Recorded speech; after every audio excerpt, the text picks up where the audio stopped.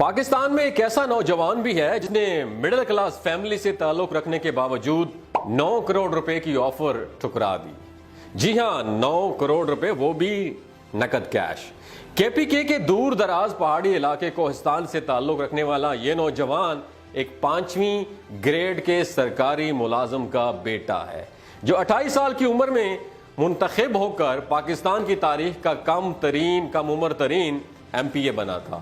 اپنے حلقے کی عوام کا حق مانگنے کی وجہ سے اسمبلی میں جھگڑالو مشہور ہوا، لیکن اپنے علاقے کے لوگوں کا پسندیدہ لیڈر ہے اور شاید اس لیے چیف آف کوہستان کہلاتا ہے۔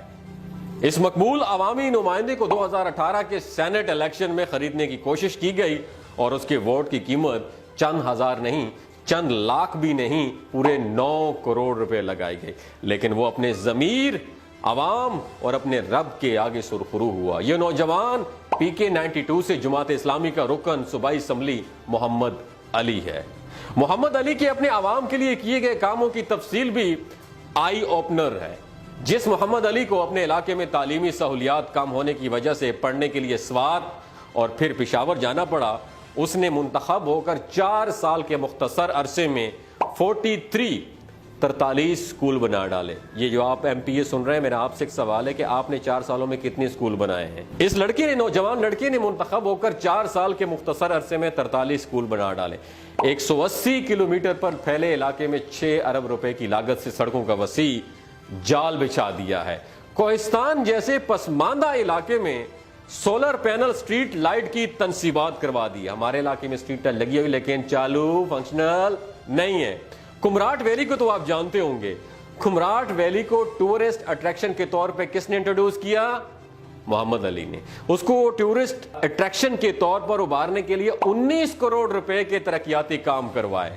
عوامی مشکلات کو حل کرنے کے لیے حلقے میں 2 نئی تحصیلوں کو منظور کروایا۔ جس اسمبلی کے MPAs نے اپنا ووٹ کروڑوں میں بیچا، دوستو، اسی KPK میں جماعت اسلامی کے اس ممبر نے اپنے حلقے میں 9 ارب 75 کروڑ کے ترقیاتی کام پوری ایمانداری سے کروائے۔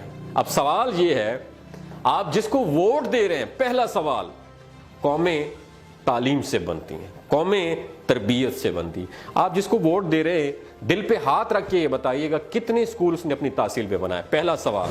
دوسرا سوال، کتنی وسیع سڑکوں کا جال بچھایا ہے؟ یہ میرا دوسرا سوال ہے۔ تیسرا سوال، کتنی تحصیلیں نئی بنا کے عوام کو فیسیلیٹیٹ کیا ہے؟ چوتھا سوال، کیا آپ کا لیڈر یا MPA کہیں لوٹا تو نہیں ہے؟ کیا اس نے اپنے آپ کو 5-6 کروڑ 8-9 کروڑ میں بیچ تو نہیں دیا؟ اگر بیچ دیا ہے تو آپ بھی بیکاری ہو، آپ بھی بکاؤ مال ہو، آپ بھی بک گئے ہو، آپ کو کوئی حق نہیں ہے دوبارہ اپنا ووٹ کاسٹ کرنے کی۔